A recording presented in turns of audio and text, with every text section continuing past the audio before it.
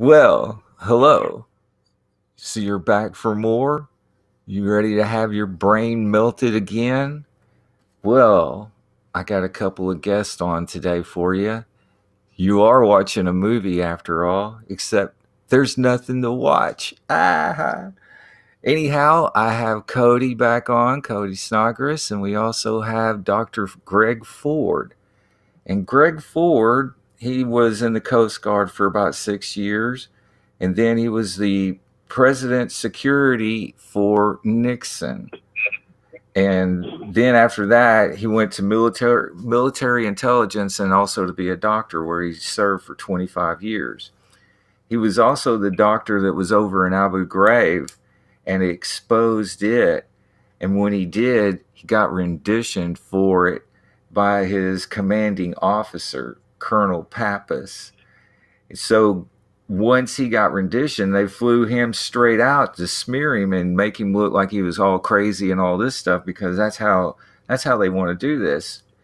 Smear him, make them all look bad. And he basically had war crimes that he was exposing to his commanding officer. And that's what the commanding officer did to him. So he brought his papers back here, and he gave them to the IG. And also, right before that, he filed a lawsuit. And then he also gave copies of all the paperwork to the IG and then to McCain, which they all did nothing with. Then he gave them to Feinstein, Boxer, Pelosi, and then they did nothing with them. And then he wound up giving them to Kamala Harris. And that's where the rubber meets the road. And that's where we're going to find out just what happened with Kamala Harris. Anyhow, let's go ahead and bring on Dr. Ford.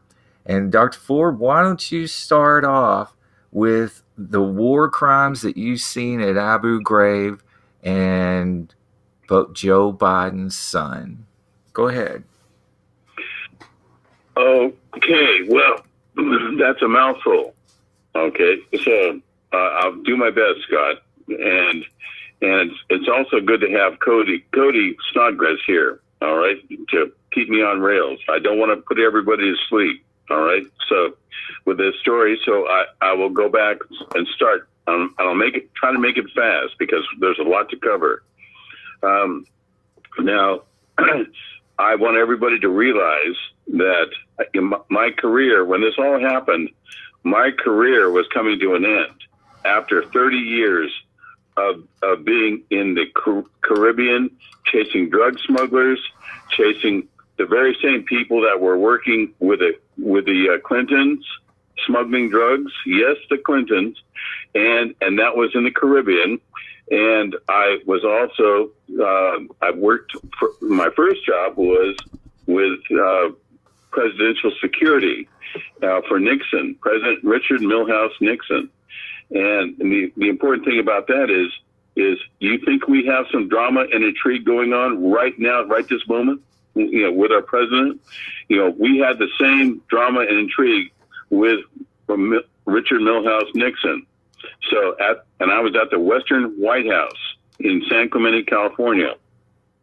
So to make a long story short, my career was ending. I had my paperwork in for retirement. All right. And so, and of course, this was on top of receiving all the information about 9/11, the 9/11 attack, and who was going to do it, who was going to execute the attack, and what we were supposed to be doing as intelligence agents. At this time, I as a doctor had actually received training. Extensive training, and I was in the Arizona desert concerning the 9/11 attacks, and of course that's how we got here, folks. I can say that is basically 9/11 has brought all of us to this point, and so needless to say, I did actually I was briefed. And I was aware that the attacks were coming, 18 months before. And so I was at my intelligence unit the day that the attacks happened. And of course, within 2 months from the date of those attacks, I was informed I was going to Iraq. Okay. So, I was in play. My intelligence group, my counterintelligence group was in play, and we were going to Iraq. And I said, after 30 years, by the way, I was coming up on my 30-year retirement, and I said, no, excuse me, no, I'm not going to Iraq. I'm retiring. And of course, our government said, look, there's only a handful of people with your qualifications to go to the Middle East and chase Al-Qaeda, fight Al-Qaeda. And so they said, we don't care if you're finishing up med school or whatever, you are going to Iraq. You don't have a choice in the matter.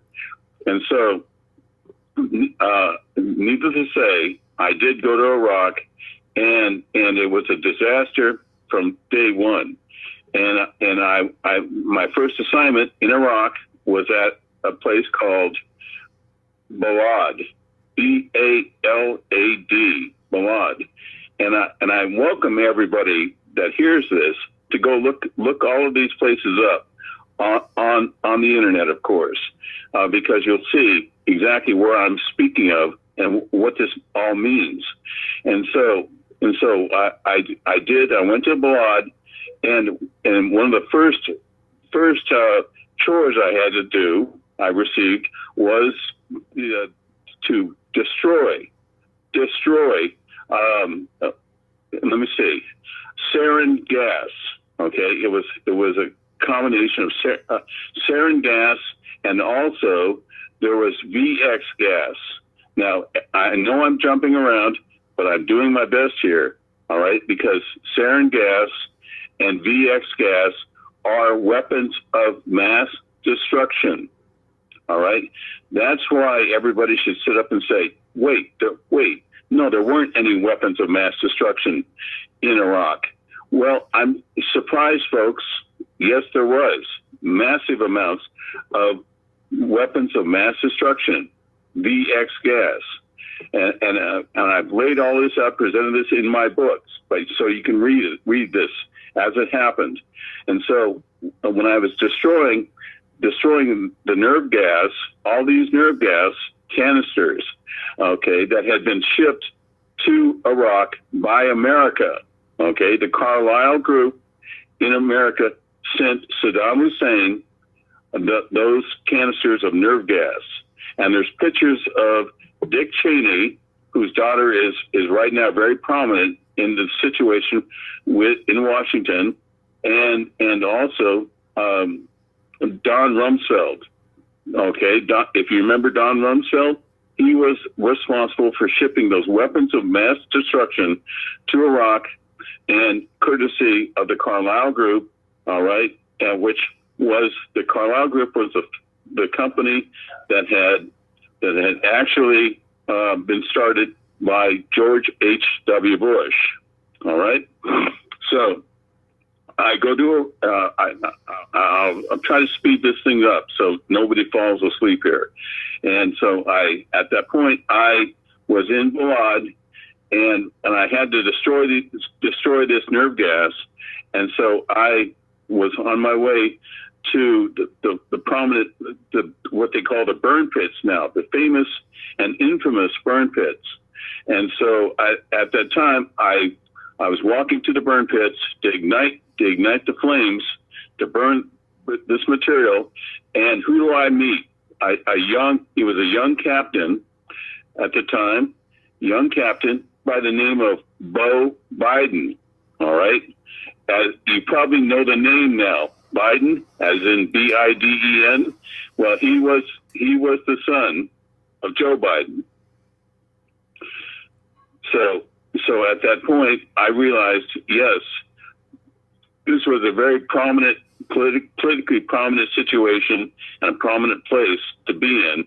And I noticed I was going to have problems because the next few days I had stopped by that tent where Beau Biden was, and I noticed I happened to put the flap back on the tent and to walk in, and smoke from the nerve gas was coming out of the tent. So to make a long story short here, folks, is that Beau Biden, who I consider an exceptional young man in every sense of the word, in Iraq, at Balad, all of these are key words.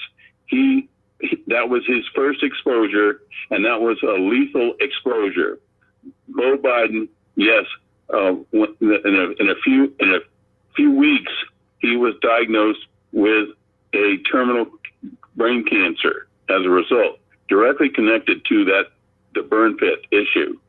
And so, at this time, I received orders to go to a place called Samara, and which is the name of my book, of course, Midnight in Samara. But the thing is in Samara, I was in a situation where I had to, I had to recruit the Saddam Hussein's banker, and I also had to deal with the oil for food situation, and then I had to collect and direct and write the reports of a biowarfare weapon, okay, a biowarfare weapon that had been produced in that area, in the area of Samara, in Iraq. And everybody might sit there and wonder, you might listen, because this biowarfare weapon that was being designed to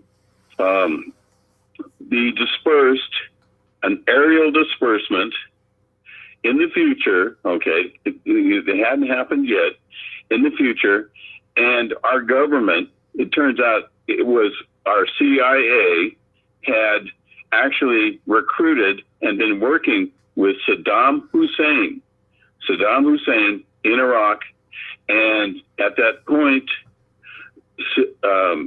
Mr. Hussein was receiving, he had been placed into power by our government, along with the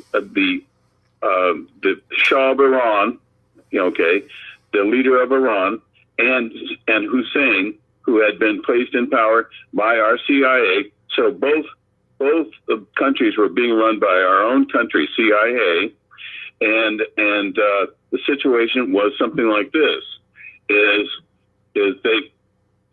wanted to produce.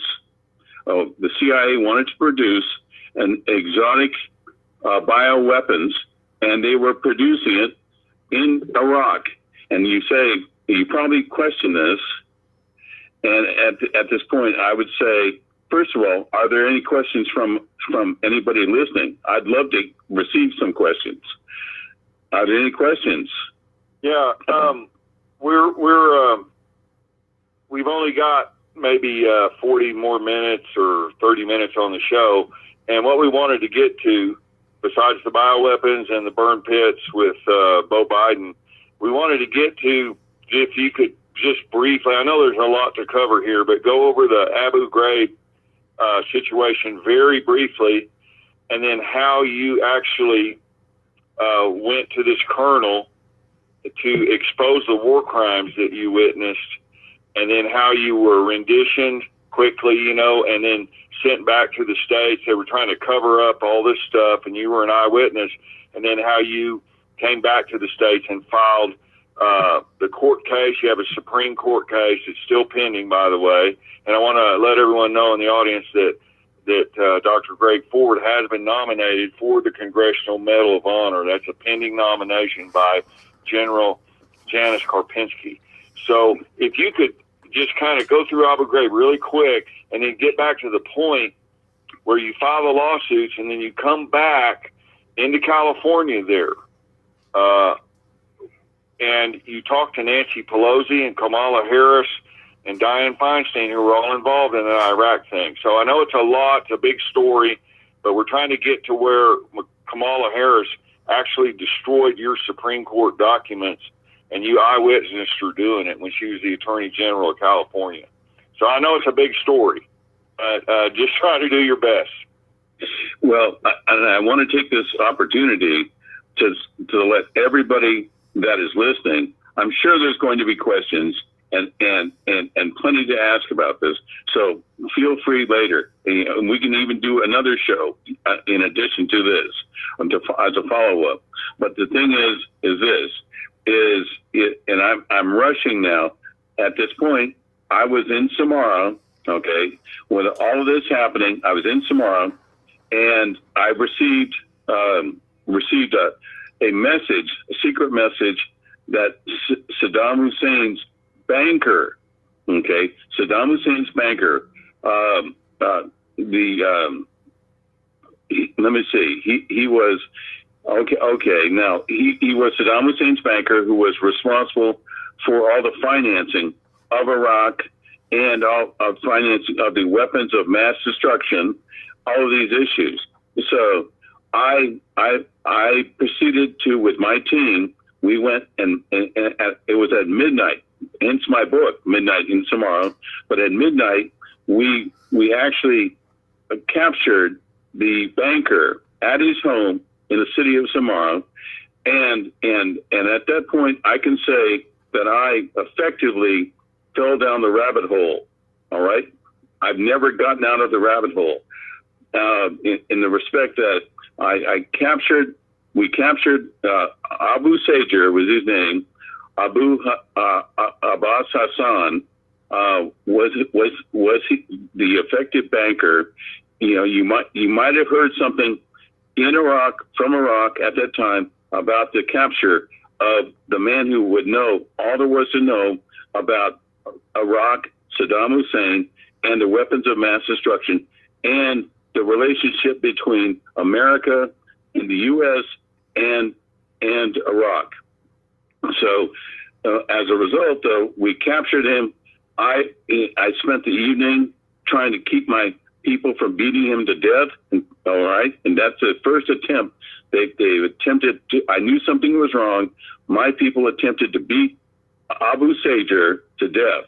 All right, and mainly, and the reason why that was, as I learned later, was to keep his mouth shut.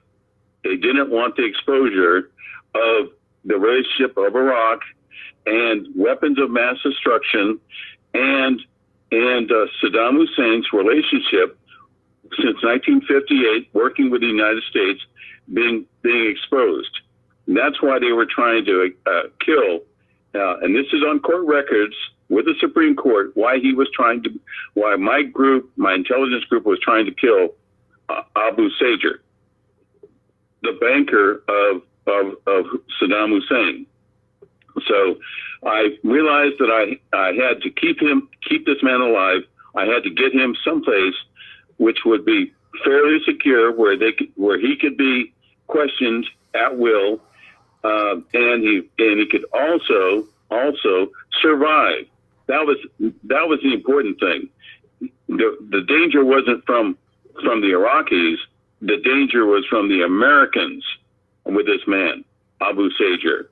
So this is all in court records, by the way, and I will be giving information to read those court records with this show. So Abu Sager went to Abu Ghraib. That's where the safest place we could find was Abu Ghraib prison. Okay, and that was south of Balad, the position of Balad. So between escorting Abu Sager to Tikrit, to the famous Black Marble Palace, and that was where everybody recognizes Saddam Hussein sitting at the table. Okay, and it was at that position that I realized when we were there that first of all I had to recruit Abu Sager and then take him, physically take him by escort to Abu Ghraib prison. Okay, near Fallujah. That is the city that most associated with Abu Ghraib prison is Fallujah. And so At that point, we escorted him to Abu Ghraib, and then theoretically he was supposed to be safe. He was not safe, and an example of that would be to go. Anybody can go look up Abu Ghraib prison and look up the tortures that were going on, the hideous tortures that are world class, world famous. Those tortures, okay, that the Americans had implemented. All right, so I realized, within a week that there might be a real problem with Abu Sager being in this situation, and we're talking Building 1A, where all of these hideous issues with intelligence and torture and all the other stuff that went on, that everybody can go look at right now and realize I was in the middle of this, along with Abu Sager, the banker of Saddam Hussein, and at this point, I happened to realize that my boss, at the time, my boss, ultimate boss, was a woman, and her name was General Janice Karpinski. All right. And I didn't realize what the situation, the dramatic situation would come out of taking Abu Sager to Abu Ghraib. And so what happened then is that these tortures were going on around the clock, 24 hours a day. Abu Sager was tortured, which was absolutely insane, our greatest intelligence asset. And I had to go to, from Samara, I had to take several trips to Abu Ghraib prison, and I had to try to figure out what I could do to save Abu Sager. And so the thing is that at this time I was sending my other reports concerning these bioweapons that seemed to be being manufactured in Iraq, and I had received word that these weapons were going to be shipped with courtesy of George H.W. Bush from a landing strip at Balad, an airstrip at Balad, and they were going to be sent to Wuhan, China. Wuhan, China. Everybody should realize what I'm saying, all right, is Wuhan, China. These weapons were shipped to Wuhan, China at that point. And I realized that it was a super sensitive issue with our country and the CIA shipping these bioweapons to Wuhan, China. There's several reasons why they did it, and I know most of them, and I'm willing to speak to our listeners tonight about that. But it's important that our listeners be aware of this situation, because they are going through this with our country right now. It's being racked. I'm in the middle of one of the greatest concentrations of COVID in California, in Los Angeles, as a result of what was being produced in Iraq at the time and being shipped to Wuhan, China. Okay, so that would be a great topic for another show. And here, what we wanted to focus on, though, if we could shift gears for a minute, is get back to when you filed your papers about all these tortures you saw at Abu Ghraib to the colonel that Scott mentioned earlier, and then how they tried to cover it all up. They renditioned you. You went back to the United States, and then you filed your court case that's now in the Supreme Court, and you took the papers to Nancy Pelosi and Dianne Feinstein, and also to Kamala Harris, who was the Attorney General of California at the time, and now she's Joe Biden's, the father of Hunter Biden, Beau Biden. Beau Biden, actually. Okay. Yeah, and so now Kamala Harris has your papers, and just kind of, I know there's a whole lot to cover here, but got back to the States, and you had all of these papers, and your colonel over there basically just shut you down. They renditioned you. They gave you, MK Ultra type mind control drugs to erase your memory. And then you got back here, and then you went to Nancy Pelosi's office. Is that correct? Right. Well, there's about 20 steps in between, but that's what it amounts to. Is I became very familiar with Senator John McCain and Senator Feinstein and Nancy Pelosi, okay, who at that point had just become House Speaker, all right, and Barbara Boxer, and of course, the first thing I did was I presented my case history to all of these people. Every single one of these senators and congressmen, I had presented my paperwork to, and my court action, and I had filed with the 6th District Court, okay, in here in California, and then of course they couldn't dump this case. They didn't, as far as I could tell, no one in the court wanted the American people to know about these war crimes. They couldn't drop it fast enough and hide it fast enough. And then I transferred my court case to the 9th District Court, which is basically San Francisco. And the reason why that is because all of this material, all this information, all of this action came out of the heart of San Francisco. Nancy Pelosi, Dianne Feinstein, Barbara Boxer, yes, and Kamala Harris, okay? And so of course, that was the first thing that all of these civil servants that work for the American government, that was the first thing they thought of, was get rid of this hot potato, get rid of all this embarrassment, get rid of all the implications of any kind of connection with us, our office. So when you took these papers into Nancy Pelosi and you talked to her about the Abu Ghraib scandal, it really wasn't a scandal at that time. You were just telling what happened, and it wasn't just a few days later, Dr. Ford, that Nancy Pelosi was interviewed and the Abu Ghraib prison scandal broke in the media, and then she went in the media after you already told her about it. Then she went to the media and denied ever hearing about it. That is exactly correct. She couldn't run fast enough. She couldn't deny fast enough the whole issue. All right, and one should realize, it's important to realize, is who besides these senators being involved in this, was the situation of their husbands being involved in this war crimes industry. All right, between Nancy Pelosi, between Dianne Feinstein, whose husband was making about $600 million a year. There's no conflict of interest there, okay? Was there?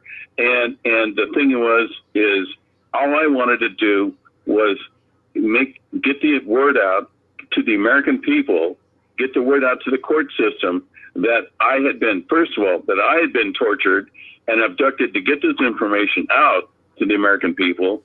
And secondly, what it presented to the American people, the danger that it presented to the American people. All right, because and this is a small example, but the thing is when Abu Ghraib broke, the story broke. Absolutely, this is what happened, and you can check it with any history book. We could not get a single American soldier, a sailor or airman, whoever. We could not get them back from any kind of prisoner of war situation that they were in. They all were killed. Okay, anybody that was taken prisoner after Abu Ghraib, they were executed. All right, we didn't get anybody back alive. Usually they had their heads decapitated. So that was one of the shocks that Abu Ghraib had. But the situation is the American people needed to know what a disaster my intelligence group was directly involved in, and in San Francisco on Zoo Road. That is the headquarters of my intelligence unit in the heart of San Francisco on Zoo Road. All right, the National Guard 223rd headquarters. All right. So, yeah, that was in Nancy Pelosi's district. So when you presented this evidence to her, of course she pretended like nothing ever happened and told the press she didn't know anything. And her husband and Dianne Feinstein's husband were actually engaged in businesses that were making money off the Iraq War. And so none of them wanted to hear anything you had to say. And did they shuffle you on down to Kamala Harris at that point? Actually, at that point, I said, okay, I had to realize what the writing was on the wall. Okay, I couldn't go anywhere, and the only option I had was to either take this to the Attorney General, okay, Kamala Harris, or take this up to the Supreme Court, okay, and so it was a last ditch effort, to try to stop this thing from going to it took becoming the greatest war crime scandal America has ever seen. All right, was Abu Ghraib prison. Okay, that was the greatest set of war crimes of all history. That America was involved in, and it was our own people that were determined to make sure our own politicians, our own generals, our own colonels. Okay, and I can vouch for every one of those folks because I went to them. Stop this! It's crazy. What we're doing to this country. Are you kidding? The Middle East like this. And the whole 9/11 issue was at hand. So I did. That was the last step I could take, was to get somebody to look at what was going on in her own district, San Francisco.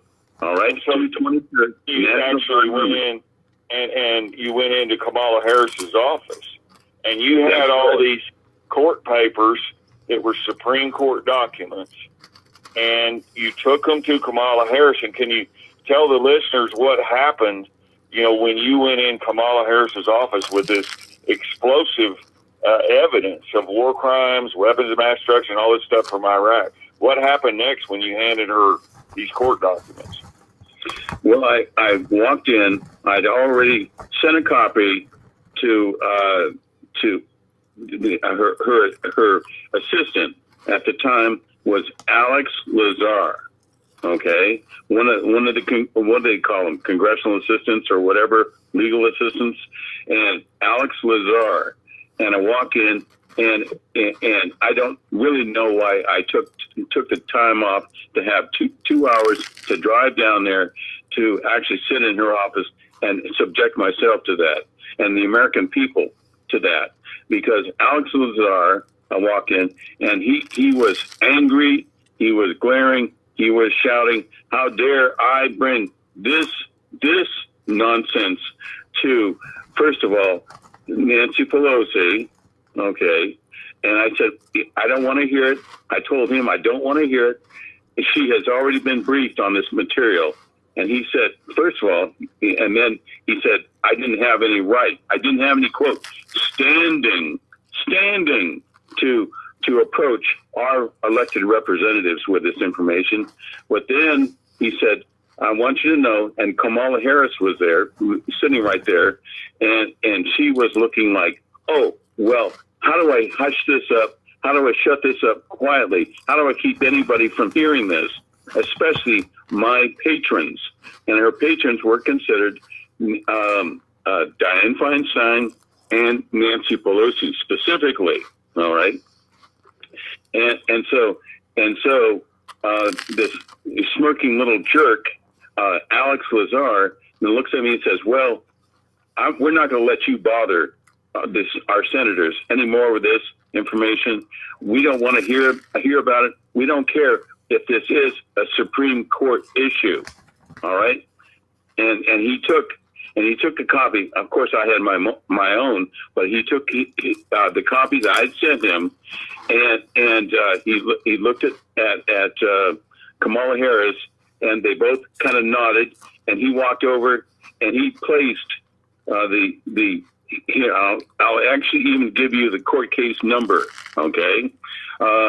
Because let me see, it's if everybody has a pencil, you can write it down. CS-14-15050. That was the court case number. 14-15050. All right. So this court case had all of this information about Iraq and the corruption and the Abu Ghraib scandal, and this Alex guy took it. And then what happened? Did he shred it with Kamala Harris's knowledge? Was she in the office when he shredded this document? Yes, and he looked at me first, and then he and with a smirk, of course, smirk and a sneer, and he shredded it. All right, he put it into the shredding machine, which was right there, a few feet away. Good Lord, and so Kamala Harris, the Attorney General of California, the chief law enforcement officer, so to speak, with full knowledge, watched this Alex guy shred all these Supreme Court documents. And what do you think that points to, Dr. Ford? What do you think? What did you feel from Kamala Harris, and what came up inside of you knowing that the chief law enforcement officer, the Attorney General, was witnessing this and not protesting, destroying court documents? And what do you think about her now, being supposedly the vice president? Well, not to sound flippant, but I had been renditioned, tortured, flown out of Iraq with no records. By the way, I want everybody to realize I was flown out with no official records. Nothing exists right now in the U.S. government that shows that I ever came back from Iraq. All right, and so I had that, sitting on top of my shoulders and watching this, chronic injustice by these sneering, flagrant bureaucrats. Okay, convinced that they were just flicking a fly off of a horse's ear, and they didn't want to be bothered with anything else that I could come up with, and wanted me to leave. In fact, get out of their office as soon as possible. And so you can imagine how I felt on that issue, Cody. So you said Kamala Harris was actually then covering up for her cohorts in the Democratic Party, namely Dianne Feinstein and Nancy Pelosi, whose husbands were both making money. Didn't they own or run some type of data mining or intelligence company in Iraq and were getting government contracts? Is that what was happening? Exactly the same thing that Julian Assange right now is trying to expose, and was trying to expose then. The same issues, okay? Besides watching a bunch of innocent reporters and journalists being torn to pieces, that's what Julian Assange was trying to bring to the American people, trying to bring that exposure out. And so, yes, and the issue goes something like this: with their husbands making millions of dollars, of course, $600 million, a year is what they were making. Okay, I believe they're still in the business, right, of custom-made intelligence gathering and collection and analysis, and of course, you can bet that if their husbands were pulling this information and this intelligence work together, they knew about me, and I'm sure they probably knew that this person from their district. This intelligence agent from their own district was going to come back and launch legal case that would, first of all, cause a tremendous scandal and consume virtually everybody there. That in that loop, at least in the San Francisco loop, okay, San Francisco district, they knew that. And you can bet that their husbands told them that. Okay. That's my guess, because I think everybody knows, or at least heard about my case. Most people listening heard about me back then. All right. So what happened was Dianne Feinstein and Pelosi, they were involved in helping cover up for their husbands. Kamala Harris watched this Supreme Court case of yours, which you gave the number to, being shredded. And so after this, what's your opinion now about Kamala Harris being our supposed vice president with Joe Biden? If she's capable of this type of corruption in California as the Attorney General, what is your opinion about her having the power of being a vice president? Okay, that's a mouthful, all right? But the thing is I don't understand their relationship and why she is now, after listening to the slander and the attacks she made on Joe Biden, okay, in the debates, all right? And then he turns right around and some kind of deal had to have been struck, because he turns right around and names her as his running mate, his vice president, okay? I don't know. I would ask the audience, people listening, what they would think about that. Okay, I don't know what to say. At this point, I'm still stunned and baffled, and given all the other issues that I've been through about how this thing has played out. Okay, and I would be suspicious about what's going on now with Iran, okay, and Iraq. Those countries are both simmering, looking for a way to pick a fight with the U.S. right now, because of this situation that I just described to you, Cody and Scott. And the audience. I don't know what to make of it. I really am in a quandary. Okay. Yeah. So we're getting close to the end of our time, and I just wondered if you had any closing thoughts or closing statements that you'd like to make about the situation. Now, we realize, as Scott pointed out, this is a big story, and it's got a lot. I mean, I know you can talk for hours and hours and fill in a lot of details, but do you have any closing thoughts here about this whole situation with Kamala Harris and Nancy Pelosi and their cover-up of this Iraq torture and the crimes that went on at Abu Ghraib? Okay, let me see. All I can say is that redirection is the word of the day. All right, virtually everything you hear, everything that comes out, any type of finger pointing or anything like that, it's redirection from the real source. Yes, as I've heard recently, fake news. Okay, boy, that's what I would agree with. Fake news, absolutely, all of it. And the thing is who's responsible? Who is hurt more than anybody? It's the citizens, the taxpayers. When they find out about war crimes and atrocities, who is hurting? Who is suffering as a result? It's our boys that have to go over and fight. My associates, my compatriots that had to go over to fight in the Middle East. And by the way, at this point, there's much more to come about all of this. And I would be glad to talk about it.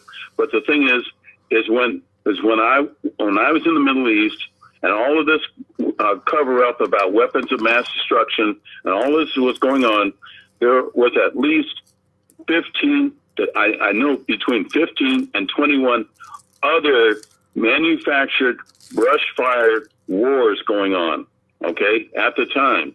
And everybody was probably going to say, well, where did they get the authorization for this? Well, I'd be more than glad to ask a whole lot of people. Okay, I know about those brush fire wars that were happening at the same time, and where they got the energy where they got the fuel, the logistics to fight these other wars going on. All right. Right. Well, that'll be another good show, because I know you know a whole lot about that and the Ukraine and all that kind of stuff, where Hunter Biden was with Burisma and all that. But I know Scott is standing by now on his mic. And Scott, can you hear us? Is there any questions that you might have for Dr. Ford? No, I think what we'll have to do is this will be, several kind of installments we'll wind up putting out. And kind of, I want to really, like I say, get focused on one thing and really kind of drill down into it. And there's a lot of backstory to fill on all this stuff, of course. But the main takeaway of it was that Kamala was effectively covering up what Dr. Ford is explaining is she seems to be covering up for war crimes. And by turning a blind eye to all this stuff to shield her superiors from getting any blowback, as you like to say, Cody. And these are the people that are getting installed in higher places so that they can cover up more of these top crimes, and the people just don't understand and see what's going on. So that's real important that we understand who these people really are and what are they doing? Are they serving this government or are they serving the people? And according to Dr. Ford, nobody is serving the people. And all they're doing is serving themselves. So all this is coming out. This is part of the avalanche. You're witnessing history right now. There is so many things going on, and I just want you to know this is historic. The amount of data that's coming out is going to be mind-boggling. All you got to do is just think, stay on your feet.